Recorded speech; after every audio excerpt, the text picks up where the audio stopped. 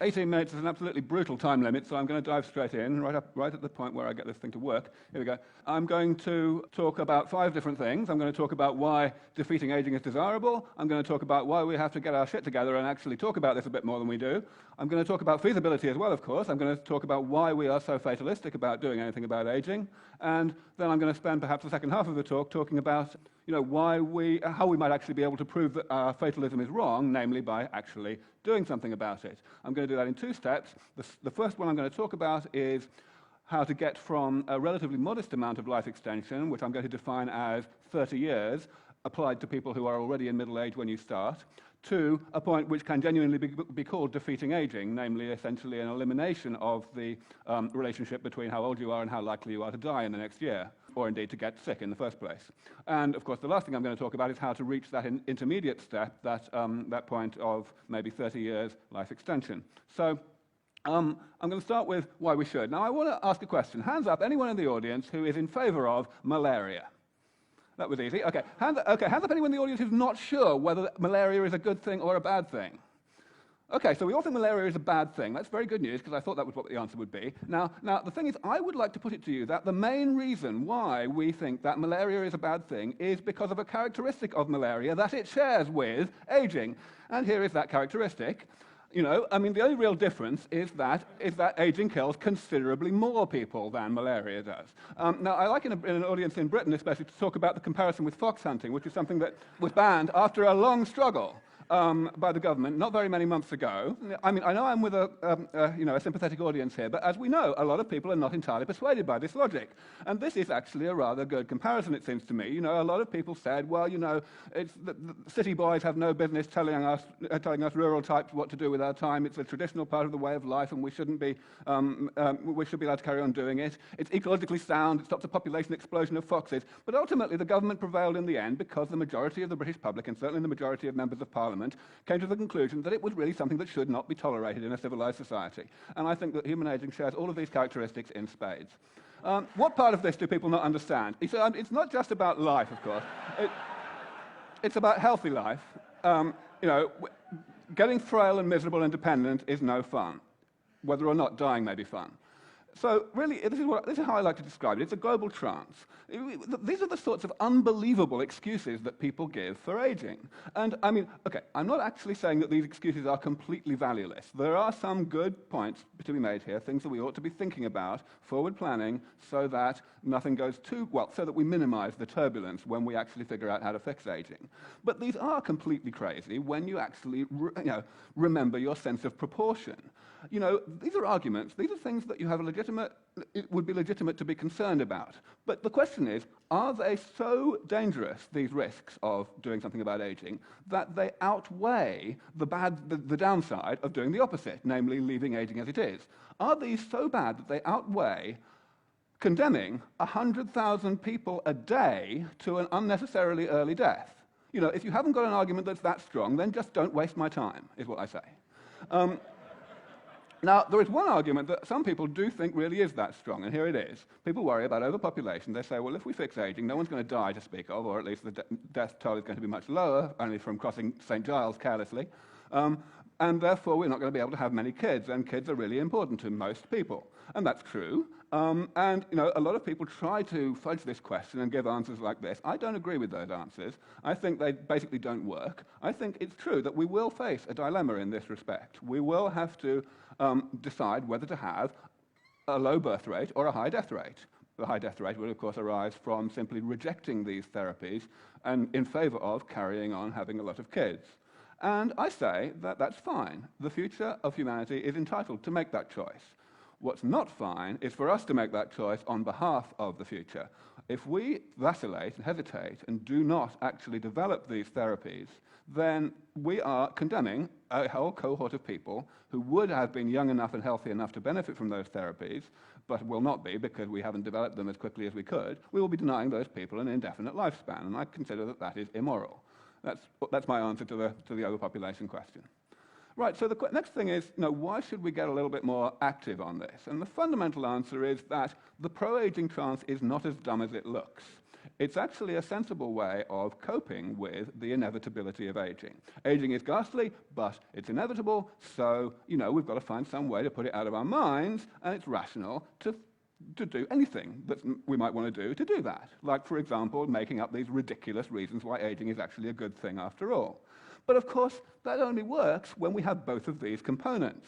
And as soon as the inevitability bit becomes a little bit unclear, and we might be in range of doing something about aging, this becomes part of the problem. This pro-aging trance is what stops us from agitating about these things. And that's why we have to really talk about this a lot, evangelize, I will go so far as to say, quite a lot, in order to get people's attention and make people realize that they are in a trance in this regard. So that's all I'm going to say about that. I'm now going to talk about feasibility. And the fundamental reason, I think, why we feel that aging is inevitable is summed up in a definition of aging that I'm giving here. A very simple definition. Aging is a side effect of being alive in the first place, which is to say, metabolism. I mean, this is not a completely tautological statement. It's a reasonable statement. Aging is basically a process that happens to inanimate objects like cars, and it also happens to us, despite the fact that we have a lot of clever self-repair mechanisms, because those self-repair mechanisms are not perfect. So basically metabolism, which is defined as basically everything that keeps us alive from one day to the next, has side effects. Those side effects accumulate and eventually cause pathology. That's a fine definition. So we can put it this way. We can say that, we have this chain of events, and there are really two games in town, according to most people, with regard to postponing aging. What I'm calling here the gerontology approach and the geriatrics approach. The geriatrician will intervene late in the day when pathology is becoming evident, and the geriatrician will try and hold back the sands of time and stop the accumulation of side effects from causing the pathology quite so soon. Of course, it's a very short-termist strategy. It's a losing battle because the things that are causing the pathology are becoming more abundant as time goes on. The gerontology approach looks much more promising on the surface because it's, prevention is better than cure. But unfortunately, the thing is that we don't understand metabolism very well. In fact, we have a pitifully poor understanding of how organisms work. Even cells we're not really too good on yet. We discovered things like, for example, RNA interference only a few years ago, and this is a really fundamental component of how cells work. Basically, gerontology is a fine approach in the end, but it is not an approach whose time has come when we're talking about intervention. So then, what do we do about that? I mean, that's a fine logic. That sounds pretty convincing, pretty ironclad, doesn't it? But it isn't. Before I tell you why it isn't, I'm going to go a little bit into what I'm calling step 2. Just suppose, as I said, that we do acquire, let's say we do it today, for sake of argument, the ability to confer 30 extra years of healthy life on people who are already in middle age, let's say 55. I'm going to call that robust human rejuvenation, okay? What would that actually mean for how long people of various ages today, or equivalently of various ages at the time that these therapies arrive, would actually live? In order to answer that question, you might think it's simple, but it's not simple. We can't just say, well, if they're young enough to benefit from these therapies, then they'll live 30 years longer. That's the wrong answer. And the reason it's the wrong answer is because of progress. There are two sorts of technological progress, really, for this purpose. There are fundamental major breakthroughs, and there are incremental refinements of those breakthroughs. Now, they differ a great deal in terms of the predictability of time frames. Fundamental breakthroughs, very hard to predict how long it's going to take to make a fundamental breakthrough. It was a very long time ago that we decided that flying would be fun, and it took us until 1903 to actually work out how to do it. But after that, things were pretty steady and pretty uniform. I think this is a reasonable sequence of events that happened in the progression of the technology of powered flight. We can think really that each one is sort of beyond the imagination of the inventors of the previous one, if you like. It's a sort of, the incremental advances have added up to something which is not incremental anymore. This is the sort of thing you see after a fundamental breakthrough. And you see it in all sorts of technologies. Computers, you can look at a more or less parallel timeline that happened, of course, a bit later. You can look at medical care, hygiene, vaccines, antibiotics, the same sort of time frame. So I think that actually step 2 that I called a step a moment ago isn't a step at all. That, in fact, the people who are young enough to benefit from these first therapies that give this moderate amount of life extension, even though those people are already middle-aged when the therapies arrive, will be at some sort of cusp. They will mostly survive long enough to receive improved treatments that will give them a further 30 or maybe 50 years. In other words, they will be staying ahead of the game. The therapies will be improving faster than the remaining imperfections in the therapies are catching up with us. This is a very important point for me to get across because, most people, when they hear that I predict that a lot of people alive today are going to live to 1,000 or more, they think that I'm saying that we're going to invent therapies in the next few decades that are so thoroughly eliminating aging that those therapies will let us live to 1,000 or more. I'm not saying that at all. I'm saying that the rate of improvement of those therapies will be enough. They'll never be perfect, but we'll be able to fix the things that 200-year-olds die of before we have any 200-year-olds, and the same for 300 and 400 and so on. I've decided to give this a little name, which is longevity escape velocity, and it seems to get the point across. So these trajectories here are basically how we would expect people to live in terms of remaining life expectancy as measured by their health, for given ages that they were at the time that these therapies arrived. If you're already 100, or even if you're 80 and an average 80-year-old, we probably can't do a lot for you with these therapies because you're too close to death's door for the really initial experimental therapies to be good enough for you. You won't be able to withstand them. But if you're only 50, then there's a chance that you might be able to pull out of the dive and, eventually get through this and start becoming biologically younger in a meaningful sense in terms of your youthfulness, both physical and mental, and in terms of your risk of death from age-related causes. And of course, if you're a bit younger than that, then you're never even going to get near to being fragile enough to die of age-related causes. So this is a genuine conclusion that I come to, that the first 150-year-old, we don't know how old that person is today because we don't know how long it's going to take to get these first-generation therapies. But irrespective of that age, I'm claiming that the first person to live to 1,000, subject, of course, to global catastrophes, is actually probably only about 10 years younger than the first 150-year-old, and that's quite a thought. All right, so finally I'm going to spend the rest of the talk, my last 7.5 minutes, on step one, namely how do we actually get to this moderate amount of life extension that will allow us to get to escape velocity. And in order to do that, I need to talk about mice a little bit. I have a corresponding milestone to robust human rejuvenation. I'm calling it robust mouse rejuvenation, not very imaginatively. And this is what it is. I say we're going to take a long-lived strain of mouse, which basically means mice that live about 3 years on average. We do exactly nothing to them until they're already 2 years old.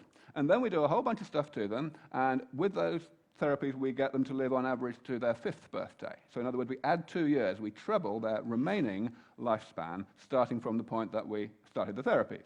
The question then is, what would that actually mean for the time frame until we get to the milestone I talked about earlier for humans, which we can now, as I've explained, equivalently call either robust human rejuvenation or longevity escape velocity? Secondly, what does it mean for the public's perception of how long it's going to take for us to get to those things, starting from the time we get the mice? And thirdly, the question is, what will it do to actually how much people want it?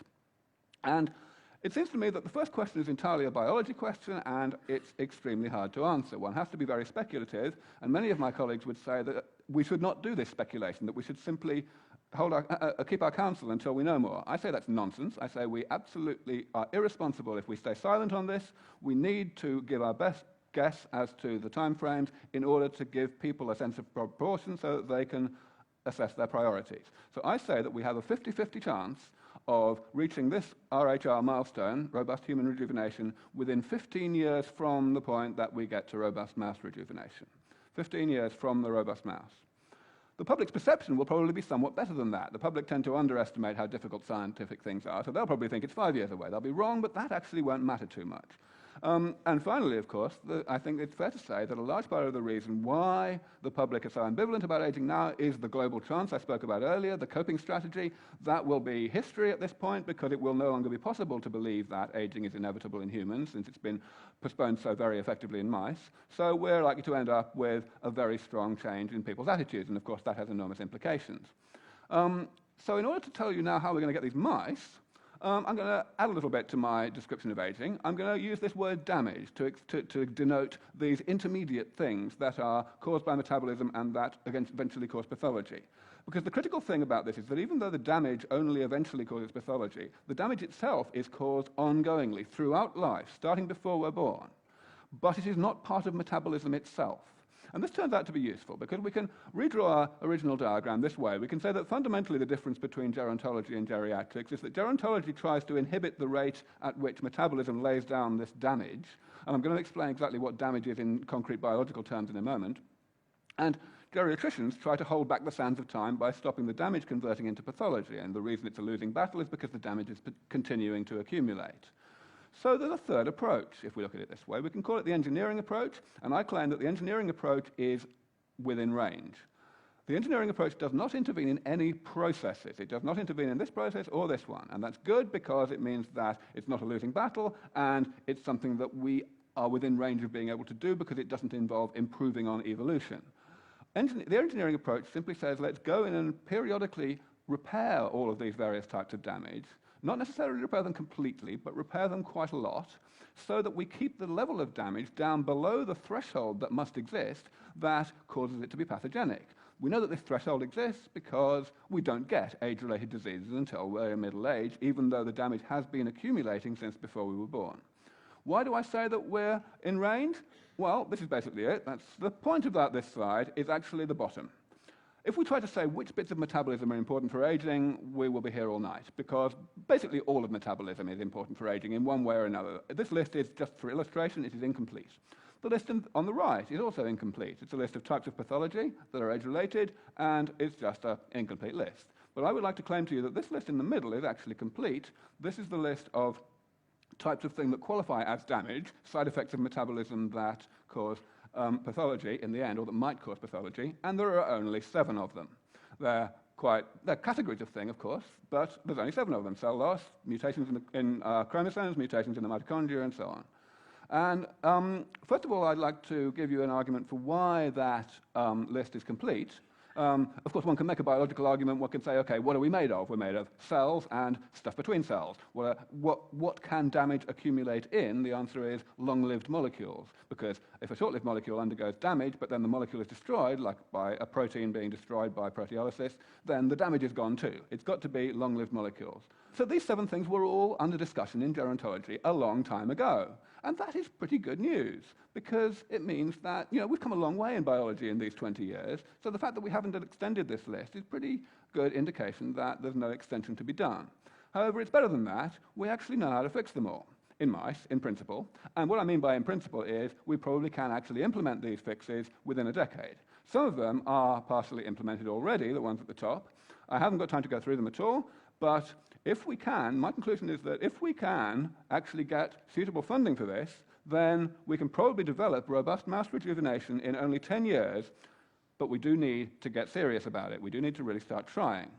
So, of course, there are some biologists in the audience, and you see, I want to give some answers to some of the questions that you may have. You may have been dissatisfied with this talk, but fundamentally, you have to go and read this stuff. I've published a great deal on this. I cite the experimental work on which my optimism is based, and there's quite a lot of detail there. The detail is what makes me confident of my rather aggressive timeframes that I'm predicting here. So, if you think that I'm wrong, you'd better damn well go and find out why you think I'm wrong. And of course, the main thing is that you shouldn't trust people who call themselves gerontologists, because, as with any radical departure from previous thinking within a particular field, you expect people in the mainstream to be a bit resistant and not really to take it seriously. So, you've got to actually do your homework in order to understand whether this is true. I will just answer with a few things. One thing is, you'll be hearing from a guy in the next session who said some time ago that he could sequence the human genome in half no time. And everyone said, well, it's obviously impossible. And you know what happened. So, this does happen. We have various strategies. There's the Methuselah Mouse Prize, which is basically an incentive to innovate and to do to do what you think is going to work, and you get money for it if you win. There's a proposal to actually put together an institute. This is what's going to take a bit of money. But, I mean, look, how long does it take to spend that on the war in Iraq? Not very long, okay? It's got to be philanthropic, because profits distract biotech, but it's basically got a 90% chance, I think, of succeeding in this. And I think we know how to do it. And I'll stop there. Thank you. Aubrey, I don't know if there's going to be any questions, but I thought we'd give people the chance. Since you've been talking about aging and trying to defeat it, why is it that you make yourself appear like an old man? Because I am an old man. I am actually 158. I am species on this planet have evolved with immune systems to fight off all the diseases so that individuals live long enough to procreate. However, as far as I know, all the species have evolved to actually die. So when cells divide, the telomeres get shorter and eventually species die. So why does evolution seems to have selected against immortality when it is so advantageous? Or is evolution just incomplete? Brilliant. Thank you for asking a question that I can answer with an uncontroversial answer. I'm going to tell you the genuine mainstream answer to your question, which I happen to agree with, which is that no, aging is not a product of selection. Evolution is simply a product of evolutionary neglect. In other words, we have aging because it's hard work not to have aging. You need more genetic pathways, more sophistication in your genes in order to age more slowly, and that carries on being true the longer you push it out. So to the extent that evolution doesn't care whether genes are passed on by individuals living a long time or by procreation. There's a certain amount of modulation of that, which is why different species have different lifespans, but that's why there are no immortal species. The genes don't care, but we do. That's right. Yeah. Hello. I read somewhere that in the last 20 years, the average lifespan of basically anyone on the planet has grown by 10 years. If I project that, would make me think that I would live until 120 if I don't crash on my motorbike. That means that I'm one of your subjects to become 1,000-year-old? If you lose a bit of weight.